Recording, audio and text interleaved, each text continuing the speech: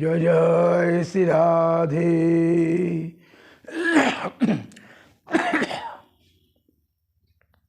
আমরা গতদিন আনন্দের আস্বাদন করেছিলাম, লাদিনী আনন্দ দেখেছি। সেখানে প্রেম বিনা নাহি হয়, ভক্তি বিনা নাহি হয় প্রেমের আস্বাদন, প্রেম বিনা নাহি মিলে রসেরও আস্বাদন। মধুর রসের আস্বাদন মিলে যখন পায় আনন্দের আস্বাদন, সেই আনন্দ ঘন মূর্তি সচ্চিদানন্দ ঘন গোবিন্দের আস্বাদন হয়। সেটি হচ্ছে লাদিনীর কারণ। লাদিনী হচ্ছে আনন্দের অংশ। আগের দিন আমরা এটা আলোচনা করেছি। আজকে আমি একটি গজল দিয়ে শুরু করি, তারপরে অন্য বিষয় আলোচনা করব।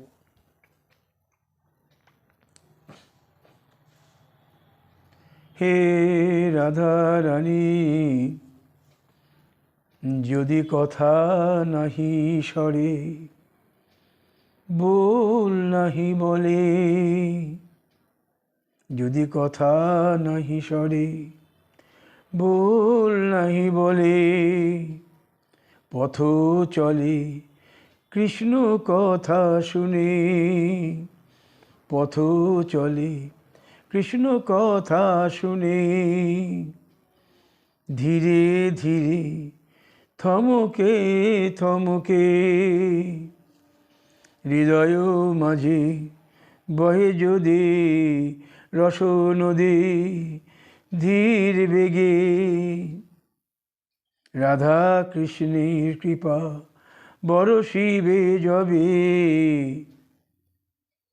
রাধা কৃষ্ণের কৃপা বরষিবে যবে, হৃদয় মাঝে রসের নদী বহে ধীর বেগে, পঙ্গু যেমন লঙ্ঘায় গিরি অতি যতনে, মুখ বধির কথা বলে মধুর সুরে, বলি তেমন করে বলাবে বল মধুর সুরে, বলি তেমন করে বলাবে বল মধুর সুরে, নয়ন মাঝে ভাসে যদি রাধা কৃষ্ণের লীলা কেলি, যেমন করে বলাবেন তিনি বলিবে মধুর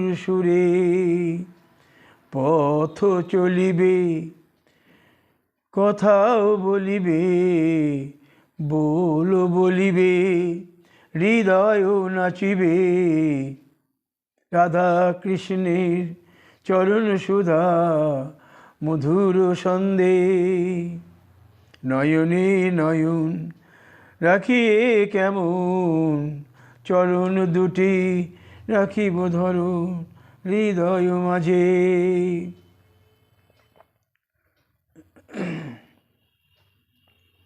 কথা নাহি সরে, বল নাহি বলে, পথ চলে ধীরে ধীরে। ভজন পথ ধীরে ধীরে চলে, কথাও আসছে না, বলও আসে না, হৃদয়ে মাঝে বহে যদি রস নদী ক্ষীণ ধীর বেগে, ওইখান দিয়েই রাধা কৃষ্ণের কৃপা বরষিবে।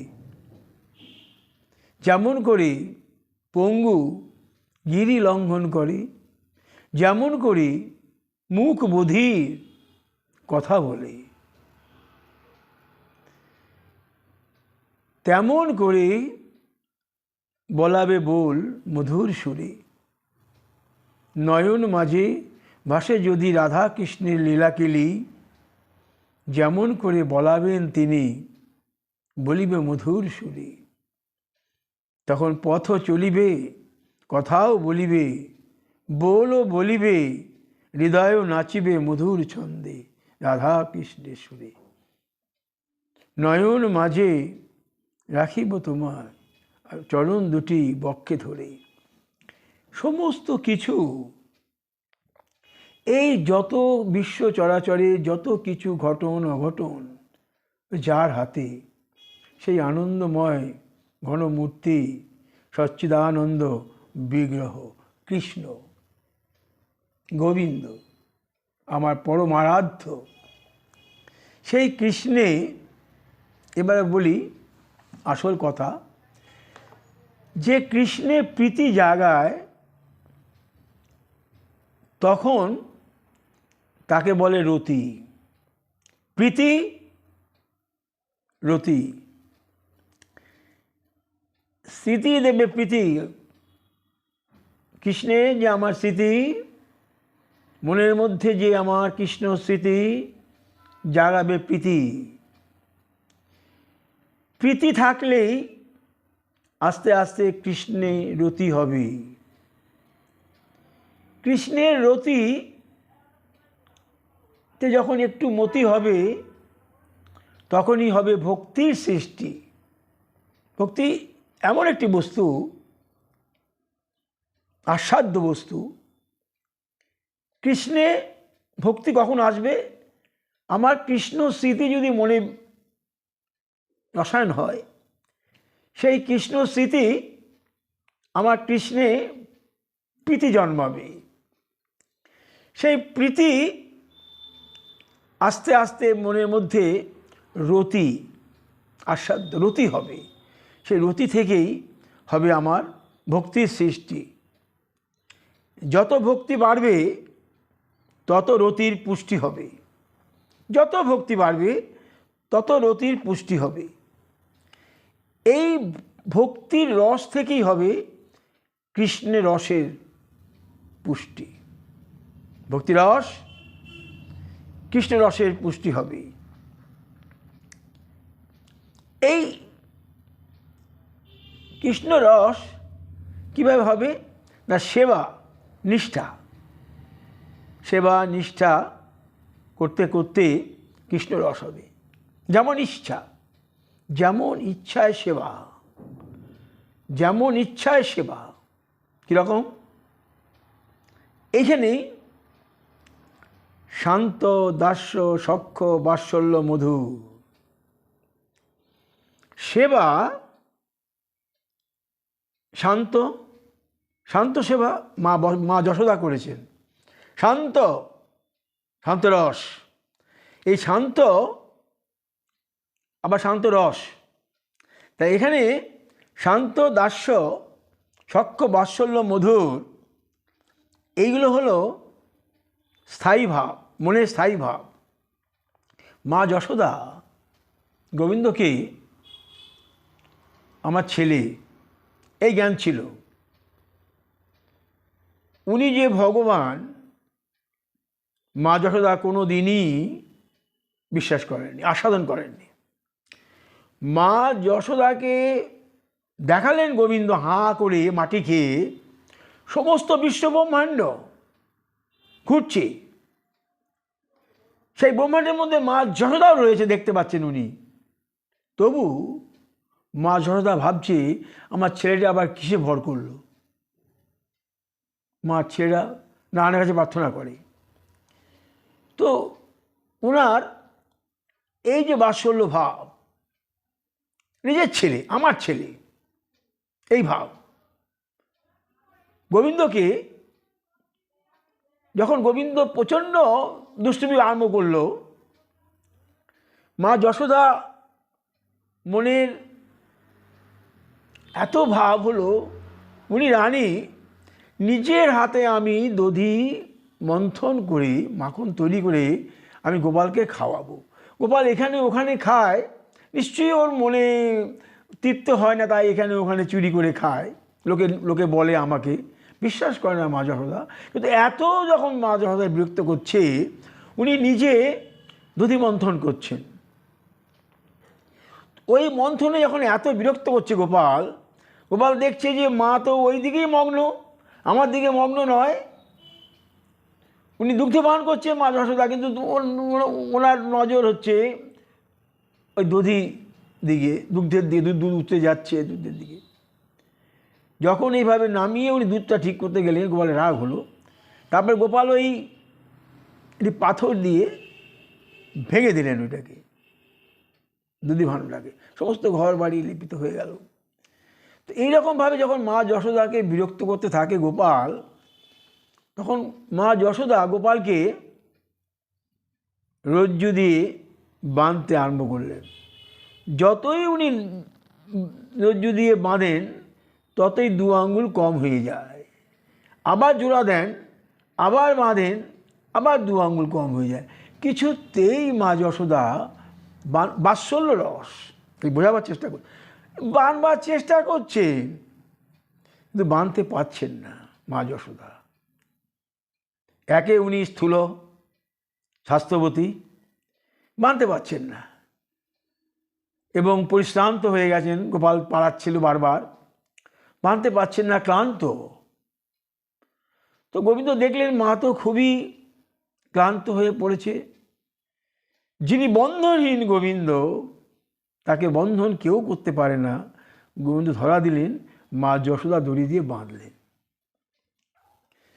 তো আবার বলার উদ্দেশ্য, মা যশোদার এই বাৎসল্য, লালা। আজকে বৃন্দাবনে যাবেন, এই বোঝো গোপীরা এখনও রুটি করে, গোপালকে দিয়ে বলে লালা খালি, খেয়ে নাও লালা, খেয়ে নাও। এখনও এদের যে ভাব, এই বাৎসল্য ভাব, এরকম শান্ত ভাব, শান্ত রসের ভক্ত, শান্ত ভাব, সখ্য অর্জুন, সখ্য ভাব, এইরকম স্থায়ী ভাব, শান্ত, দাস্য, সৎকল্য, বাৎসল্য, মধুর, এই যে 5টি স্থায়ী ভাব,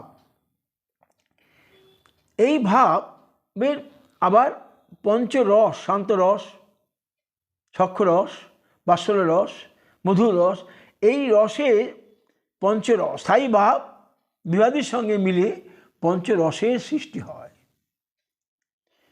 কৃষ্ণ রতি মিলে যদি বিবাদী আস্বাদ্য এমন,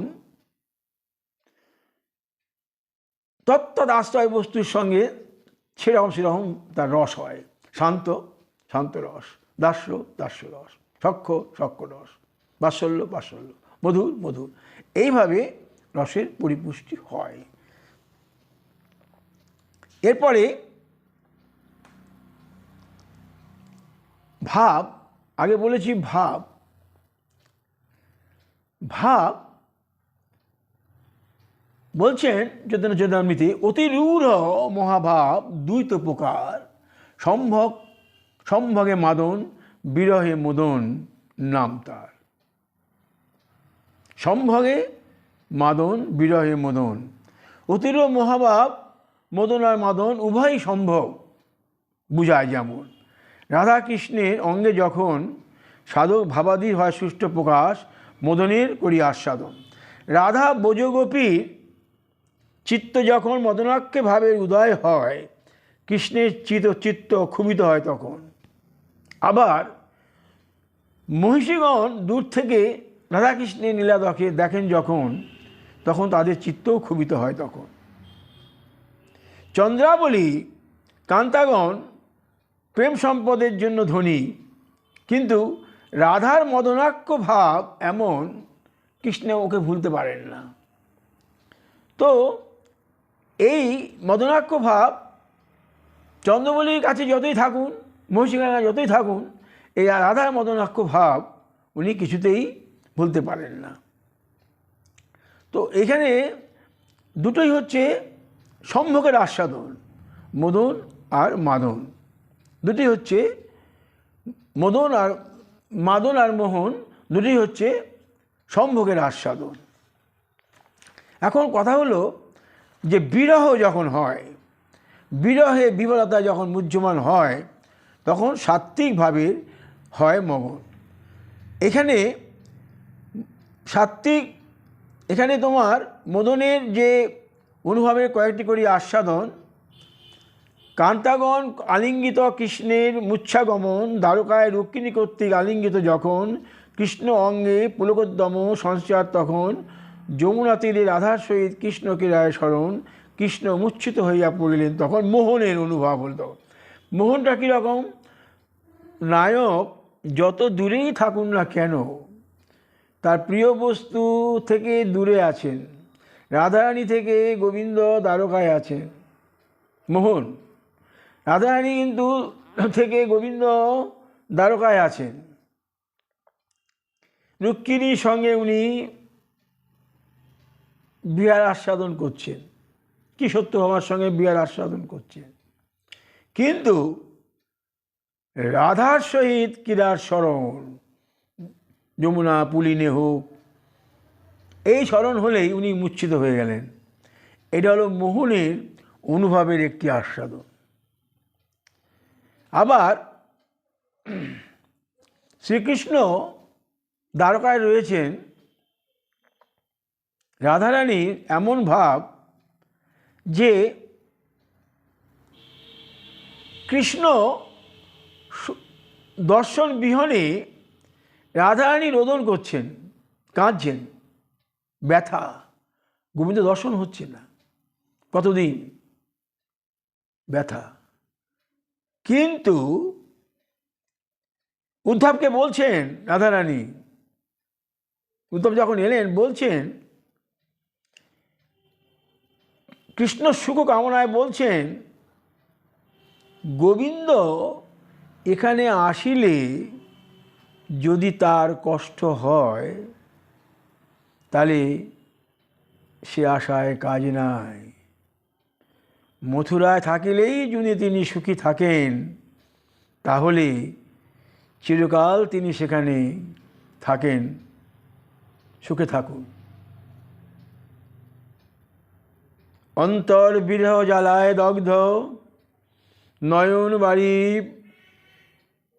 নয়ন বাড়ি বহিছে অনিবরত কৃষ্ণ বিরহে। তথাপি উদ্ধবকে রাধারানী বলছেন, উনি মথুরায় থেকে যদি সুখী থাকেন উনি সেইখানেই চিরকাল থাকুন। এই হলো মোহনের অনুভবের একটি আস্বাদন। আবার শ্রীকৃষ্ণ দ্বারকায় অবস্থানকালে রাধার এমন মোহন ভাবের উদ্গীরণ হয়েছিল, বিরহ উত্তপ্ত প্রেম নিঃশ্বাসের ধুমে সমস্ত প্রাকৃত ব্রহ্মাণ্ড এমনকি বৈকুণ্ঠ পর্যন্ত ক্ষোভপ্রাপ্ত হয়েছিল। রাধার প্রেম নিঃশ্বাসের ধুমে ব্রহ্মাণ্ড পর্যন্ত ক্ষোভিত হয়েছিল এবং সর্পসমূহ ব্যাকুল হয়ে পড়েছিল। এমনকি বৈকুণ্ঠেশ্বরী লক্ষ্মী পর্যন্ত অশ্রুমোচন করছিলেন রাধার এই মোহন ভাবী। এই হলো মোহনের একটি আস্বাদন। এমনকি যে মৎস্য সকল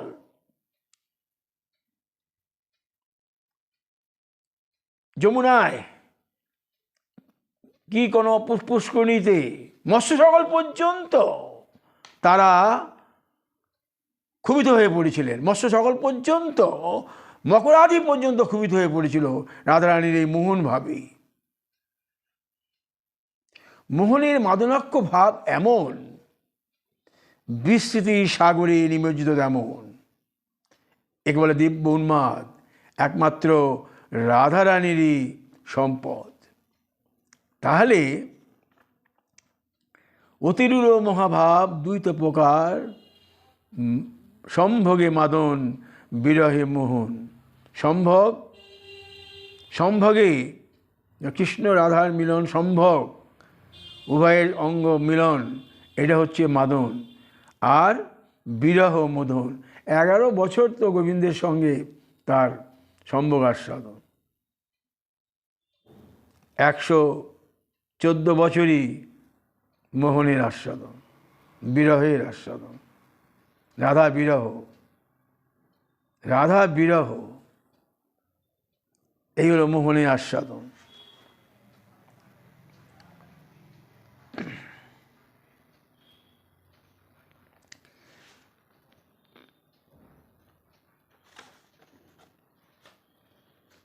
আরও বলি,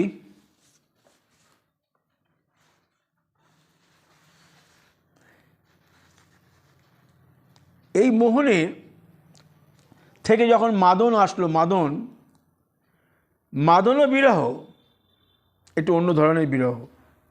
মোহনের বিরহ বললাম, মাদনের বিরহটা কীরকম?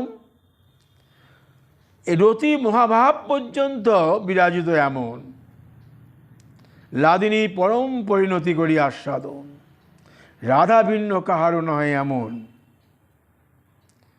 মাদনের কীরকম বিশিষ্টতা দেখুন, একটু ঈর্ষার কারণ।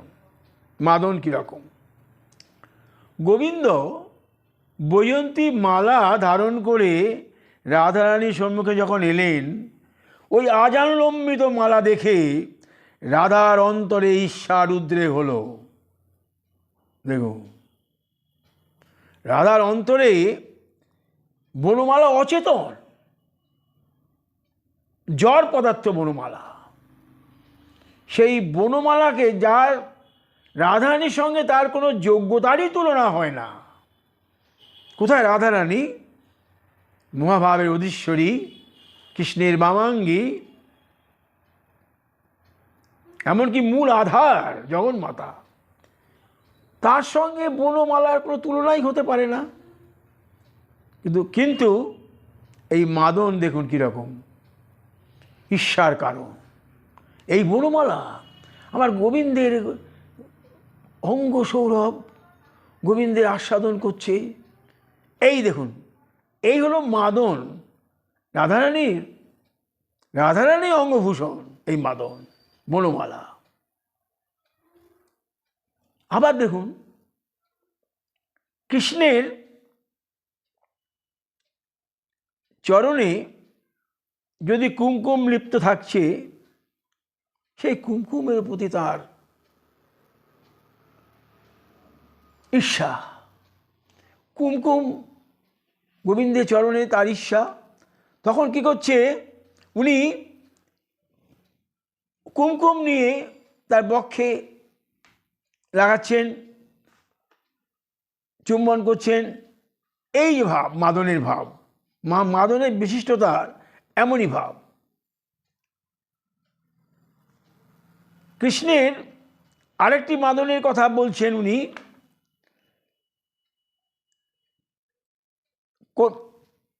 কৃষ্ণের কোথাও যদি বিন্দুমাত্র সম্ভোগের আস্বাদন পান, বিন্দুমাত্র সম্ভোগের আস্বাদন, চন্দ্রাবলী কুঞ্জে বা কোনো জায়গা থেকে এলেন, অন্যত্র কোথাও কৃষ্ণ গন্ধমাত্র যদি আস্বাদন পান,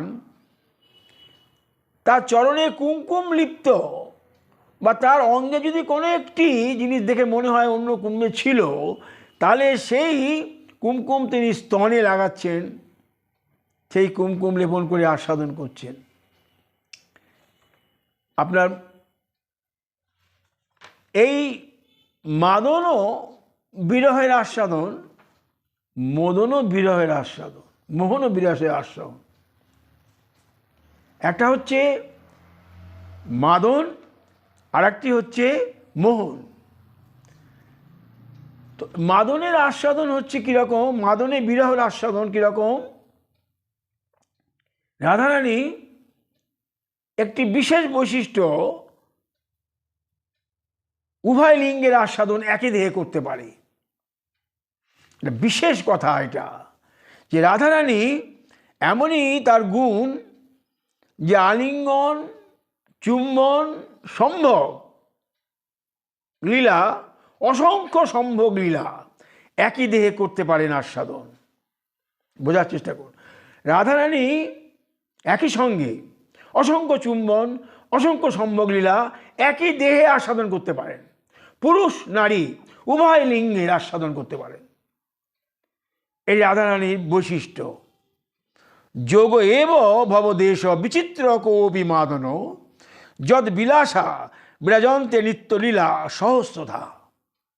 অসংখ্য সম্ভাত্মক লীলা, যুগপথ একই দেহে অনুভব করেন যেমন।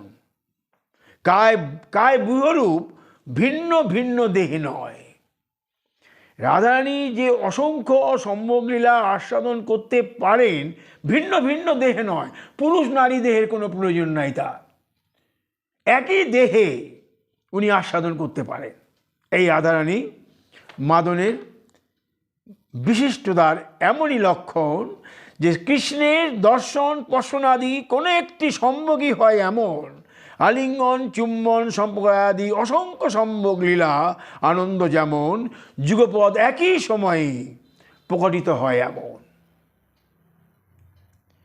মাদনের আরও একটি বিষয়টার করি দর্শন এমন, শ্রীকৃষ্ণ কর্তৃক সদা সংযুক্ত তথাপি কেমন, অন্যত্র কোথাও কৃষ্ণ সম্মুখের গন্ধ মাত্র অনুমান করি গন্ধের আধারকে রাধা স্তুতি করেন। তো আগে বলে গেলাম, কোথাও যদি করে থাকেন সম্ভোগ আস্বাদন, তার বিন্দুমাত্র চিহ্ন যদি তার গায়ে থেকে থাকে, কি কুমকুম হোক বা কোনো আধার যদি থেকে থাকে, সেটাই উনি আস্বাদন করতে পারেন।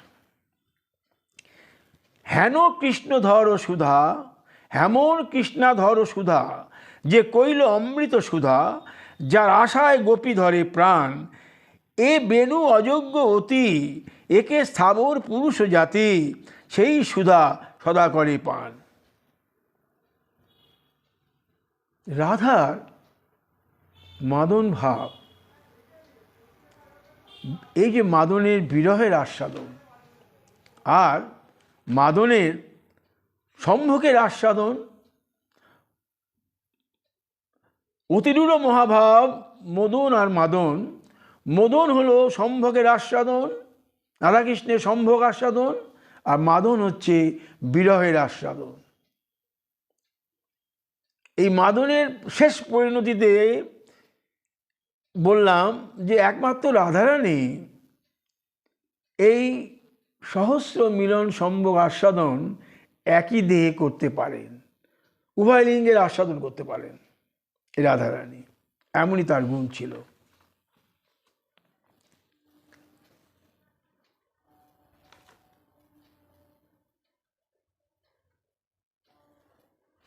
আচ্ছা, এবারে আমি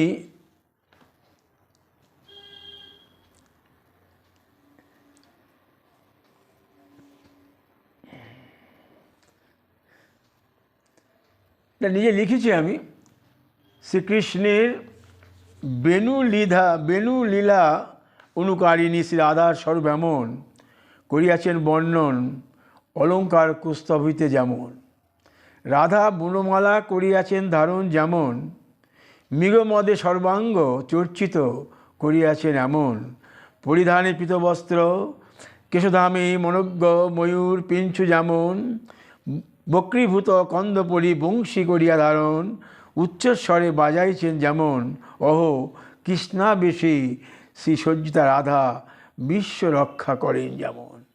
অলঙ্কার কুস্তভিতে এটা বর্ণনা করেছেন যে রাধারানী বনমালা ধারণ করে, বংশী বাদন করে, ময়ূরপুচ্ছ ধারণ করে উনি বিশ্ব রক্ষা করেন যেমন।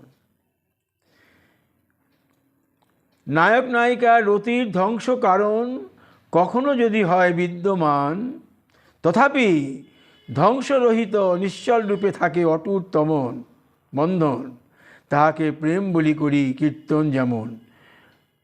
দেখুন, প্রেম যদি একবার হয়, নায়ক নায়িকা রতির ধ্বংসের কারণ কখনো যদি হয় বিদ্যমান, নায়ক নায়িকার মধ্যে রতি ধ্বংস, রতি কৃষ্ণ রতি জাগাবে তো প্রেম, তো প্রেম যদি ধ্বংসের কারণ হয়ে যায়, তথাপি প্রেমাবলী করি কীর্তন, প্রেম বর্ধিত হয় স্নেহ মান প্রণয় রাগ অনুরাগ ভাব বিব্যাপ্ত মন। রতি কোনো কারণেও যদি ধ্বংসরহিত হয়, প্রেম নিশ্চল রূপে বর্তমান থাকে। প্রেমের চরম পরিণতি হয় যেমন, চিত্তরূপ আকাশ প্রদীপ যেমন, আলোকিত করে যদি হৃদয় অঙ্গন, দ্রবীভূত করে যদি প্রেমের কারণ, স্নেহের আবির্ভাবে পরম মধুর লীলাদি যেমন রূপ গুণ মাধুরী আদির হয় শ্রবণ স্মরণ, কদাপি নাহি হয় তৃপ্তিবোধ যেমন স্নেহের কথা করি আস্বাদন। এটা আমি ছোট করে লিখেছি। তো এর আগে আমি বলেছি স্নেহ বাড়ি আস্তে আস্তে প্রণয়, প্রেম, প্রণয়, রাগ, অনুরাগ, ভাব, বিভাব এগুলো হয়। মধু স্নেহ ঘৃত স্নেহ কাকে বলে? স্নেহ হয় দ্বিবিধ প্রকার, ঘৃত স্নেহ মধু স্নেহ করি প্রচার। অত্যন্ত আদরময় স্নেহ, অত্যন্ত আদরণীয় ঘৃত স্নেহ। আর প্রিয়া শুধু আমারই, অন্য কারো নয়। এটা মধুর স্নেহ, মধুর স্নেহ। রাধা আমারই, গোবিন্দ আমারই, এটা মধুর স্নেহ। আর ঘৃত স্নেহ কোনটা? অত্যন্ত আদরময়। রাধা আমার, অত্যন্ত আদরময়। এখানে আপনারও আদরময়, সমগ্র বিশ্বেরও আদরময়। সে আমি বলেছিলাম একটা গানে, বলেছিলাম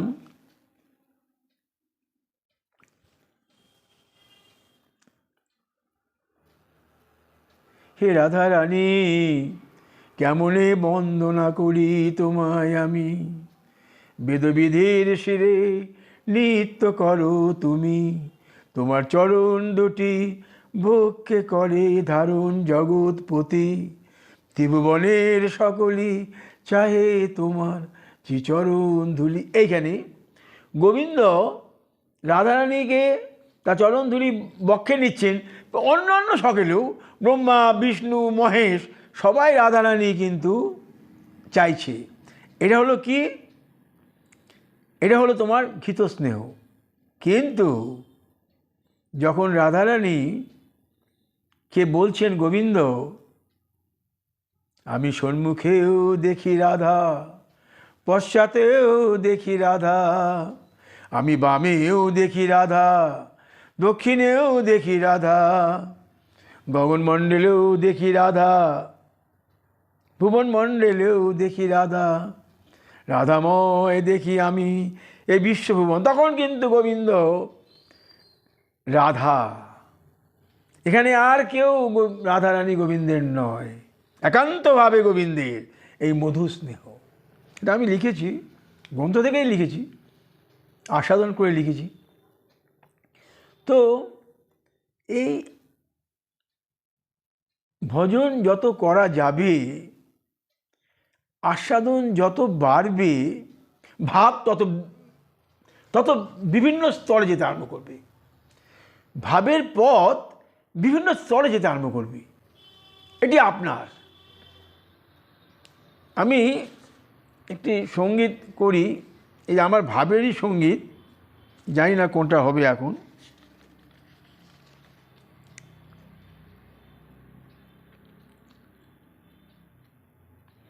যেমন বলছি ভাবেরই সঙ্গীত। হে মাতো শরণাগতির পথ এত বিস্তৃত। ভজন করতে গেলে শরণাগতি, শরণাগতি এত বিস্তৃত, এত বিস্তৃত। এ শরণাগতি কার কীরকম, কীভাবে আসছে শরণাগতি, কে কীভাবে গোবিন্দের চরণে শরণাগত, তাই আমি লিখেছি শরণাগতির পথ এত বিস্তৃত, নাহি পারে চলিতে তত, ভক্তি রসধারা আছে মোর আধারে যত, নাহি হয় তাহা পরিমিত। হে মাতো শরণাগতির পথ এত বিস্তৃত, নাহি পারি চলিতে আমি তত, ভক্তি রসধারা আছে মোর আধারে যত, নাহি হয় তাহা পরিমিত। আত্মনিবেদন রহিল পড়িয়া অনেক দূরে, কেমনে হইবে মোর রতিমতি ইহ জীবনে আত্মনিবেদন। আমার শরণাগতিতেই এত বাধা, আত্মনিবেদন অনেক দূরে। কেন? শরণাগতি তো প্রথম, শ্রবণ কীর্তন স্মরণ মনন অর্চন বন্ধন সখ্য দাস্য আত্মনিবেদন, এই শুরুতেই আমার এত বাধা। নাহি হয় আমি পরিমিত, আত্মনিবেদন রহিল পড়িয়া কত দূরে। কেমনই হইবে রতিমতি ইহ জীবন। এই ভাবের রাজ্যে বিচরণ করলে দিনে দিনে দিন যাপনে তব চরণ সুধা সিন্ধু সাগরে কেমনে মিলিবে প্রেম সুধা এহ অন্তরে।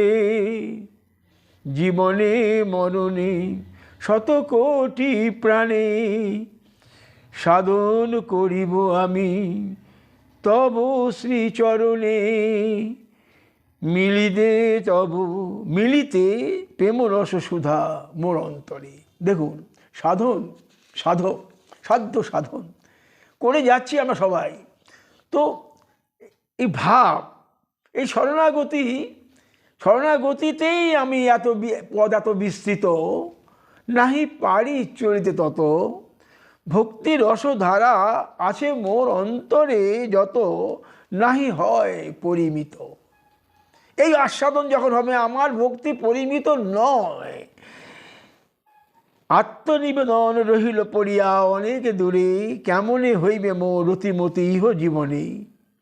দিনে দিনে দিন যাপনে তব চরণ সিন্ধু সাগরে, কেমনে মিলিবে প্রেম সুধা ইহ জীবনে। জীবনে মরণে শত কোটি প্রাণী সাধন করিব আমি তব শ্রীচরণে। মিলিতে প্রেম রস সুধা মোর অন্তরে। এর আগের দিন বলে গেলাম, কৃষ্ণদাস কবিরাজ বলে গেলেন, বহু জন্ম করে যদি সাধন তথাপি না হয় পায় কৃষ্ণ প্রেমধন। বহু জন্ম সাধন করলেও কৃষ্ণ ধর্ম প্রেমধন পাবেন না যদি অহৈতুকী ভক্তি না হয়। অহৈতুকী ভক্তি না হয়, বহু জন্ম সাধন করলেও কৃষ্ণ প্রেমধন পাবেন না। আমি কয়েকটি গান এই ভাবের করি। ভজনের দিশা বলি, সাধনের কথা কলি, অন্তর মাঝে গাহে তার পদাবলী। ভজনের দিশা বলি, সাধনের কথা কলি, অন্তর মাঝে গাহে যদি পদাবলী। ভজন অঙ্গে রঙ্গে রঙ্গে সুধা তরঙ্গে বহিবে অমৃত লহরী। বলি কৃষ্ণ কথা রাধা সুধায় দিয়া ভরি, মোর অন্তর সুধায় দিব তারে মাখি। বলি কৃষ্ণ কথা রাধা সুধায় দিয়া ভরি, মোর অন্তর সুধায় দিব তারে মাখি। আমার নয়ন সুধা রাধার চরণ সুধায় পরশে যদি একবার। আমার নয়ন সুধা রাধার চরণ সুধায় পরশে যদি একবার। আমার প্রাণ সুধা জীবন সুধা বাহির হয়ে মিলিবে সেথায়। প্রাণটি বেরিয়ে যাবে তো। আমার প্রাণ সুধা জীবন সুধা বাহির হয়ে মিশিবে সেথায়। আমার মনে মনে প্রাণে প্রাণে জীবন তরঙ্গে তব চরণ সুধা পরশের কথা বলিব কেমনি। দেখুন, এই যে ভাবের কথা বলতে গেলাম আমি, বিভিন্ন ভক্তের বিভিন্ন ভাব, একই উদ্দেশ্য, পাইবে রাধা, পাইবে গোবিন্দ, পরম সাধ্য, পরম আরাধ্য। যতই দিন যাপন করি এথা ওথা, নাহি দিবে কৃষ্ণ কথা। আন কথায় ভরি যাবে তোমার জীবন সুধা। কৃষ্ণ কথা বিহনে সবই আন কথা। সংসার করো বলেছেন গোবিন্দ, বলেছেন মহাপ্রভু। সনাতন জিজ্ঞাসা করলেন যে সনাতন বিবাহিত, রূপ বিবাহিত। সনাতন জিজ্ঞেস করলেন মহাপ্রভুকে, সংসার করেও কি ভজন করা যায়? মহাপ্রভু সনাতন অত বড় পণ্ডিত, সংস্কৃত পণ্ডিত, ওই হুসেন শাহের মন্ত্রিসভার প্রধানমন্ত্রী। জিজ্ঞেস করলেন সনাতন মহাপ্রভুকে। মহাপ্রভু বললেন, ব্যভিচারিণী রমণী সংসারে সমস্ত কার্য পরিচালনা করেও যদি তার পরকীয়া রস, দ্বিচারিণী তো, পরকীয়া রস আস্বাদন করে, সেইরূপ গার্হস্থ্য জীবন প্রতিপালন করেও কৃষ্ণ রস অনুসন্ধান করা যায়। কত সুন্দর কথা! যে ব্যভিচারিণী রমণী সংসারের কার্য পরিচালনা করে তার যে দ্বিচারিণী ভাব সে বজায় রাখছে, সেই রকম গার্হস্থ্য জীবন প্রতিপালন করেও কৃষ্ণ ভক্তি, কৃষ্ণ রসাস্বাদন করা যায়। তাই বলছি, আন কৃষ্ণ কথা আপনার সবই যখন আন কথা, সংসারের কাজ প্রতিপালন করো, করে কৃষ্ণের সঙ্গ সাথী হও, কৃষ্ণের সঙ্গ অনুভব করো, কৃষ্ণের কথা আলাপন করো, কৃষ্ণের সঙ্গ শুধু আস্বাদন করো। মহৎগণ কীভাবে গ্রন্থ মাঝে করেছেন আস্বাদন, আমার আস্বাদন নাও হতে পারে, গ্রন্থ অনুসরণ করতে করতে করতে করতে তো আস্বাদন বাড়বে। আমার কথাই বলি, আমি 6 বছর রাত্রি দিন আমি সাধন করে করে করে করে আমি 6টি বছর যেভাবে সাধন করলাম, আরও যদি কিছুদিন বেঁচে যেতে পারি, সাধন যদি করতে পারি, সাধনের অঙ্গ পরিপুষ্ট হবে, ভজন অঙ্গ পরিপুষ্ট হবে, আস্বাদন বাড়বে, ভজন সাধনের স্তরও বাড়বে, অনুভূতির স্তরও বাড়তে আরম্ভ করবে। এই যে আমি আস্বাদনের কথাগুলো লিখি, কে লেখায়? লেখায় তো উনি, আমি কি? আচ্ছা দেখুন, আমি বলি, মনে মনে প্রাণ মনে, মনে মনে প্রাণে প্রাণে, জীবন তরঙ্গে তব চরণ সুধা, পরশের কথা আমি ভুলিব কেমনে। একটি ভাব। কি ভাব? মনে মনে প্রাণে প্রাণে, জীবন তরঙ্গে তব চরণ সুধার পরশ পেয়ে আমি ভুলিব কেমনে। কখনো কোনো শুভ লগনে, শুভ মুহূর্তে, স্বপনে, আনমনে আমি রাধার চরণ সুধা লাভ করে যদি থাকি, কেমনে ভুলিব? ওই ভাবটিকে ধরেই আমি এটি লিখলাম। মনে মনে প্রাণে প্রাণে, জীবন তরঙ্গে তব চরণ সুধা, পরশের কথা ভুলিব কেমনে। এমন আস্বাদনের কথা আসে যদি জীবনে একবার, নাহি লাগে তার প্রয়োজন বারংবার। এমন আস্বাদনের কথা আসে যদি জীবনে একবার, নাহি লাগে তার প্রয়োজন বারংবার। এত মধুর স্মৃতি অঙ্গে মাখি ভাসিব নীল যমুনায়। এই মধুর স্মৃতি অঙ্গে মাখি ভাসিব নীল যমুনায়। কখন ভাসবো নীল যমুনায়? অন্তিমে, মৃত্যুকালে। আমার নয়ন মাঝে তোমার চরণ সুধা পরশিছি একবার, বারংবার এই স্মৃতির নাহি প্রয়োজন আমার। সেই মধুর স্মৃতি অঙ্গে মাখি ভাসিব নীল যমুনায়। রাধা কৃপা সুধায় হইব স্নাত এই কামনায়। কৃষ্ণ কথা যতই করি আলাপন, কৃষ্ণ রসে সিক্ত হইব কেমন।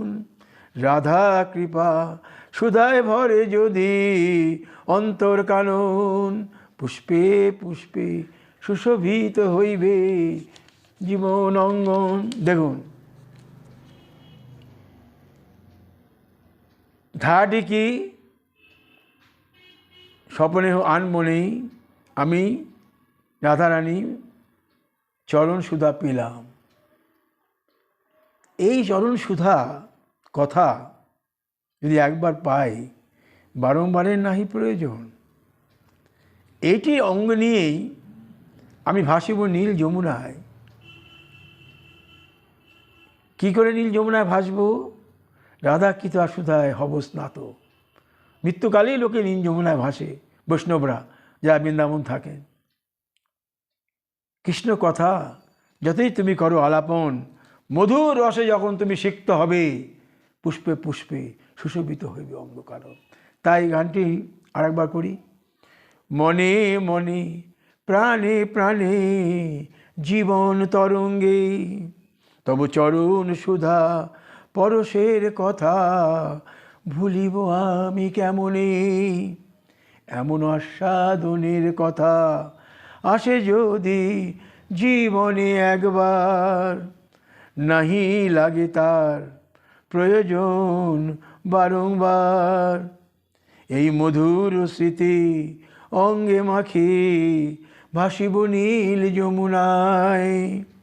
রাধা কৃপা সুধায় হইব স্নাত এই কামনায়। কৃষ্ণ কথা যতই করি আলাপন, কৃষ্ণ রসে সিক্ত হইব যখন।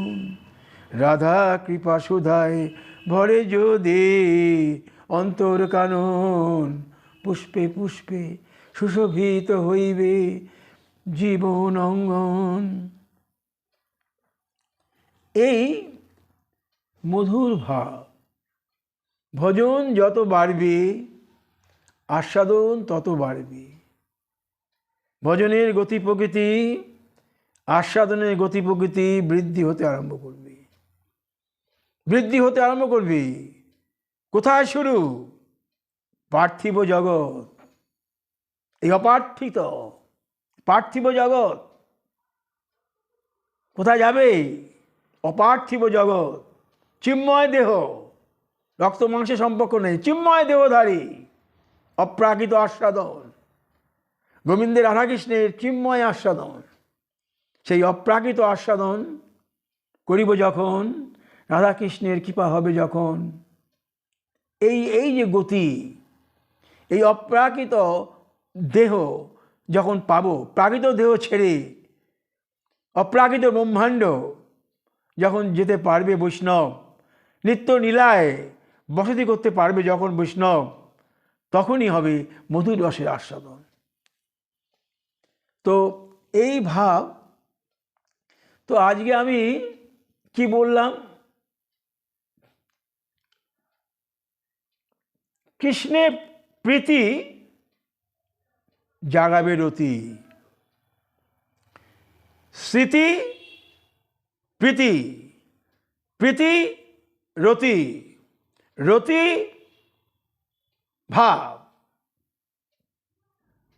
ভক্তি ভাব, বিভাব অনুভব, স্নেহ মান প্রণয় ভাব অনুভব যত বৃদ্ধি হচ্ছে, শ্রদ্ধা স্মৃতি বর্ধিত, প্রীতি বর্ধিত, রতি কৃষ্ণরতি বর্ধিত, ভক্তি ভক্তি ভক্তিরস কৃষ্ণরস, শান্তরতি দাস্যরতি সক্ষরতি বাৎসল্য রতি, শান্ত দাস্য সকল বাৎসল্য মধুর রতি, শৃঙ্গার। এই রতি, এই প্রত্যেক রতির একটা করে রস আছে, শান্ত রস, দাস্য রস, সক্ষ রস, বাৎসল্য রস, মধুর শৃঙ্গার রস। এই শৃঙ্গার রসটি সমস্ত রসের পরিপুষ্টি। শৃঙ্গার রস, শৃঙ্গার রসটি এমন রস, রাসেই এই রসের পরিপুষ্টি, একমাত্র রাস সমস্ত রসের পরিপুষ্টি। গোবিন্দ রাধারানীর সঙ্গে যখন রাস আস্বাদন করেছেন তখন সমস্ত রসের পরিপুষ্টি, তার সমস্ত রসের পরিপুষ্টি, রাস আস্বাদন, সম্যক আস্বাদন।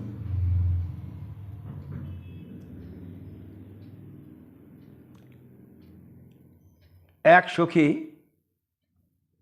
কৃষ্ণ, কৃষ্ণ সখী কৃষ্ণ, এই যে বলা হয় সখী কৃষ্ণ, সখী কৃষ্ণ, সখী কৃষ্ণ, সখী কৃষ্ণ হয়ে নৃত্য করছেন উনি। সব সখী ভাবছেন কৃষ্ণ আমার। এইটি বৈশিষ্ট্য,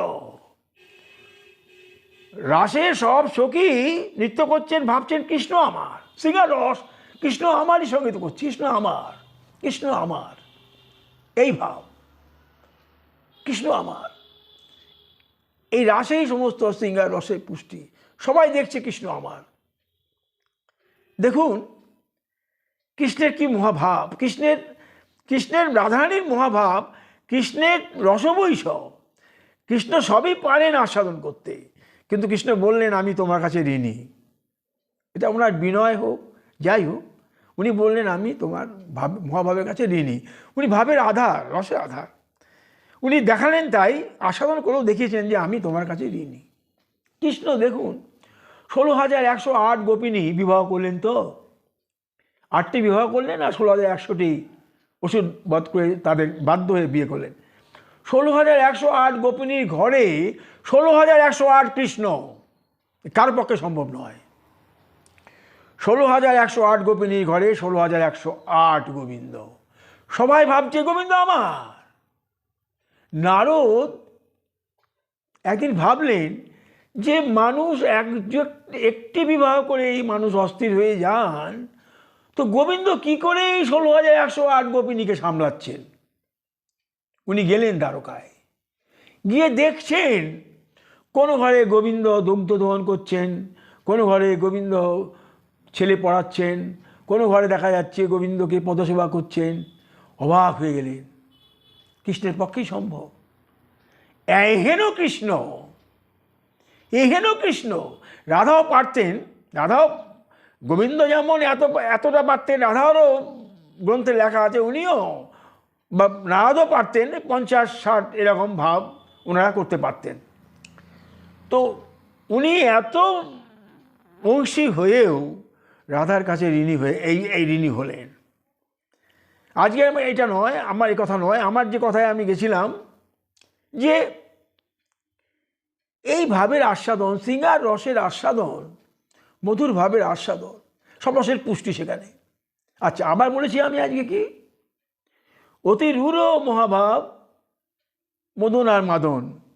এখানে তোমার মদনের যে ভাব বিরহ, আর ওটা হচ্ছে সম্ভব। তো বিরহের মধ্যে উনি কি দেখালেন যে উদ্ধব যখন রাধারানীর কাছে এলেন, রাধারানী কাঁদছেন, কিন্তু বলছেন কৃষ্ণ যদি মথুরায় থেকে সুখী থাকে চিরকাল ওখানেই থাকুক, এখানে আসার নাহি প্রয়োজন। দেখছি আমি কোথায় লিখেছি, আমি দেখছি কোথায় লিখেছি, বার করছি। মাদনে বিরহের আস্বাদন এমন, আস্বাদ নাহি যেমন। মিলনের আস্বাদনই হচ্ছে মাদন। আর মাদনের কীরকম বিশিষ্টতা, যে হেন কৃষ্ণধর সুধা, যে কইল অমৃত সুধা, যা আশায় গোপী করে পান, যে বেনু অযোগ্য অতি, এ সাবল পুরুষ জ্যোতি, সুধা সদা করে পান। কীরকম একটি মাদনের বিশিষ্টতা এমন যে গোবিন্দের গলায় আজান লম্বিত মালা দেখে, যার সঙ্গে রাধারানীর কোনো তুলনাই হয় না, উনি ঈর্ষা আরম্ভ করলেন যে কী সুখ ভোগ করছি মালা। এই ঈর্ষা, এটা হচ্ছে তোমার মাদনের একটি ধারা।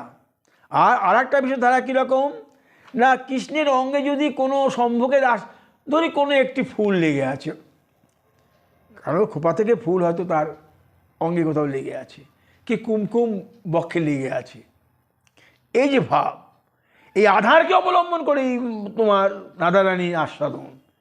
তিনি কি করতেন, ওই কুমকুম স্তনমণ্ডলে লাগাতেন, ওই কুমকুম এভাবে আস্বাদন করতেন। তো মাদনের আরেকটি সম্ভব কীরকম,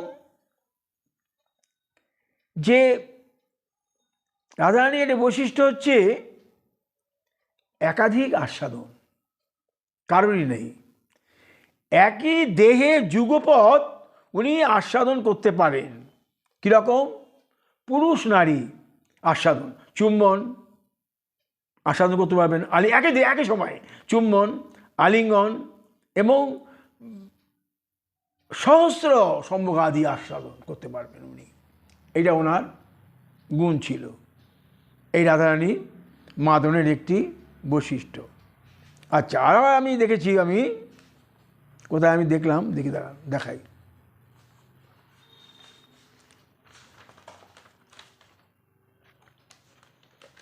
মাদন,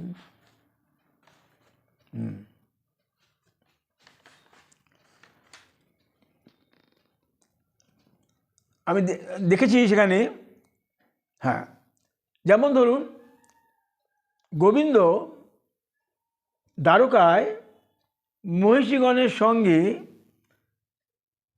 উনি রস আস্বাদন করছেন গোবিন্দ, কিন্তু উনি ক্ষুব্ধ হয়ে যাচ্ছেন মাঝে মাঝে। কীরকম না, ওই মদনের ভাব তার মধ্যে ঢুকলো। কীরকম, যে রাধারানীর সঙ্গে আমি যমুনার কূলে এরকম আস্বাদন করেছিলাম, তার তখন এই ক্ষোভ, এই ক্ষোভের কারণই হচ্ছে মদন। একটা আস্বাদন করতে করতে আরেকটি আস্বাদনের কথা উনি ভাবছেন, এটা হচ্ছে মদন ক্রিয়ার লক্ষণ। বা চন্দ্রাবলী আদি কৃষ্ণকান্তাগণ প্রেম সম্পদের জন্য বিক্ষিত, প্রেম সমাজের জন্য বেদিত, কিন্তু রাধার যে মহাভাব, সে মহাভাবের কাছে সত্যভামা আদি চন্দ্রাবলী এ কিছু নয়। তো গোবিন্দ ওই রাধারানীর এই ভাব, মহাভাবের কথা উনি স্মরণ করেন। রাধিকা যূথ এবাসৌ মদনো ন তু সর্বত্র চন্দ্রাবশ্য সদা আরোপিত। চন্দ্রাবলী কথা মনে করছেন। এই যে একটা ভাব আস্বাদন করতে করতে আরেকটি ভাবের চিন্তন, সোজা কথা, একটি ভাব আস্বাদন করতে করতে আরেকটি মধুর ভাবের চিন্তন, এই হলো মদন। এটা মনে রাখতে হবে। মদন কি, মদন সম্ভব ঠিকই, কিন্তু এটা দুরকম ভাব। একটা হচ্ছে আমি একটা আস্বাদন করতে করতে আরেকটি সম্ভোগের চিন্তন, এটা মদন ক্রিয়ার বিশেষ লক্ষণ।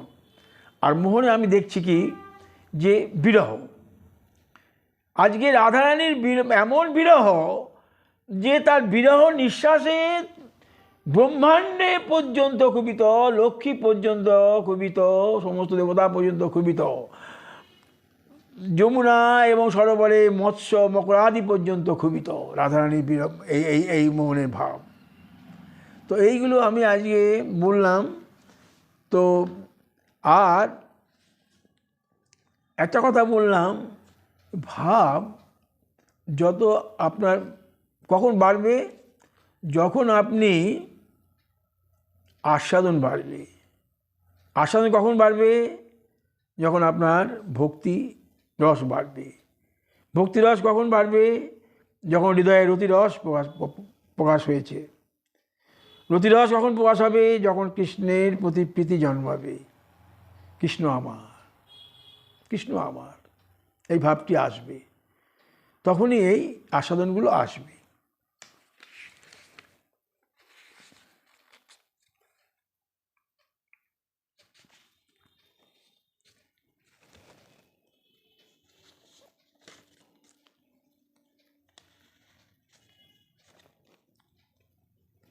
আমি একটা গান করি,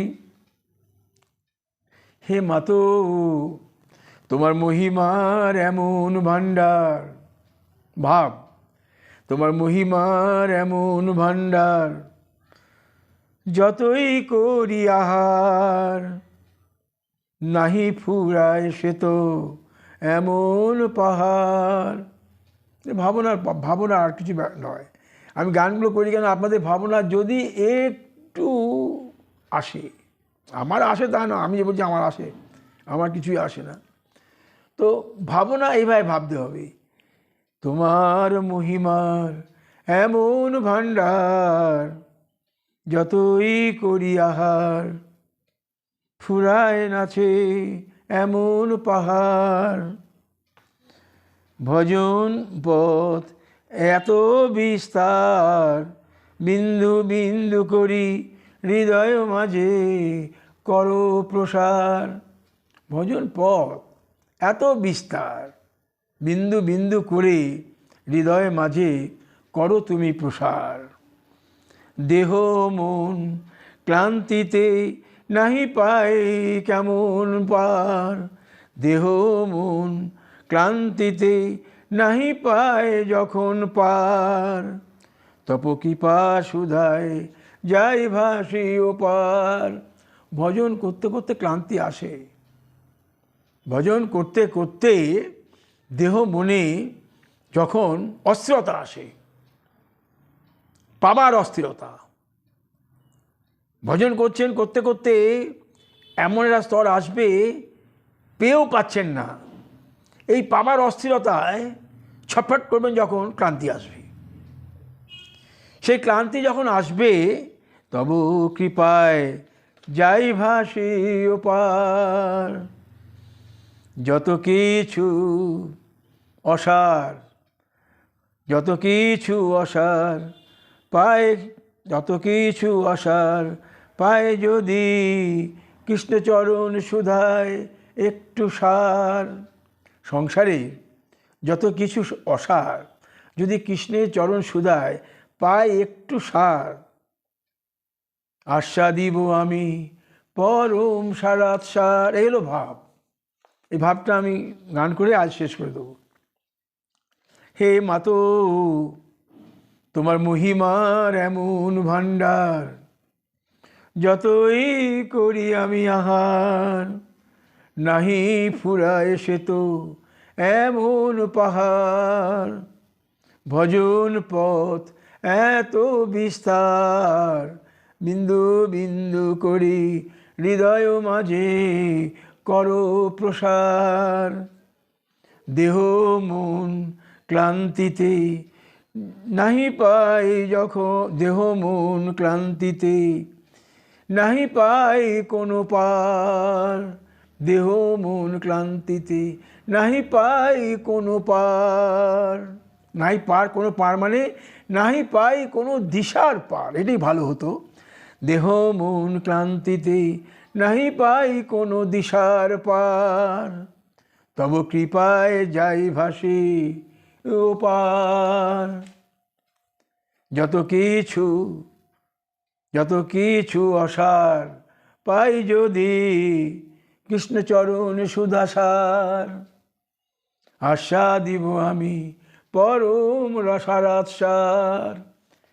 এই বোধ করলাম, ভাবের কথা কিছু বললাম। ভাব নিয়েই তো ভজন,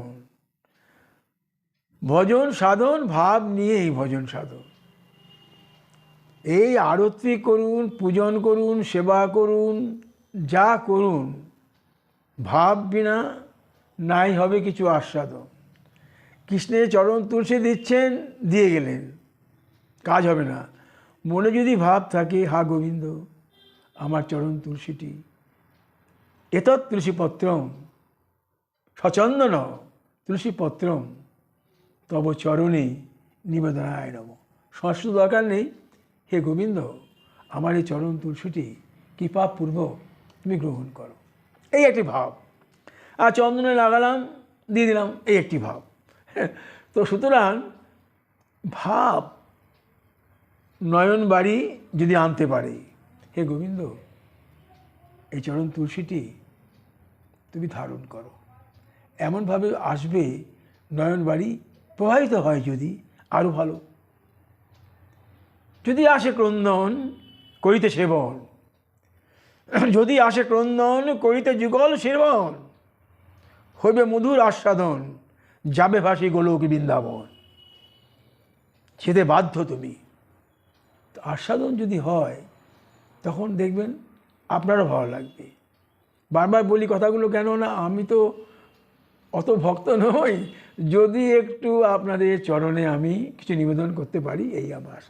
জয় জয় শ্রী রাধে শ্যাম, তাই গৌর হরি বল।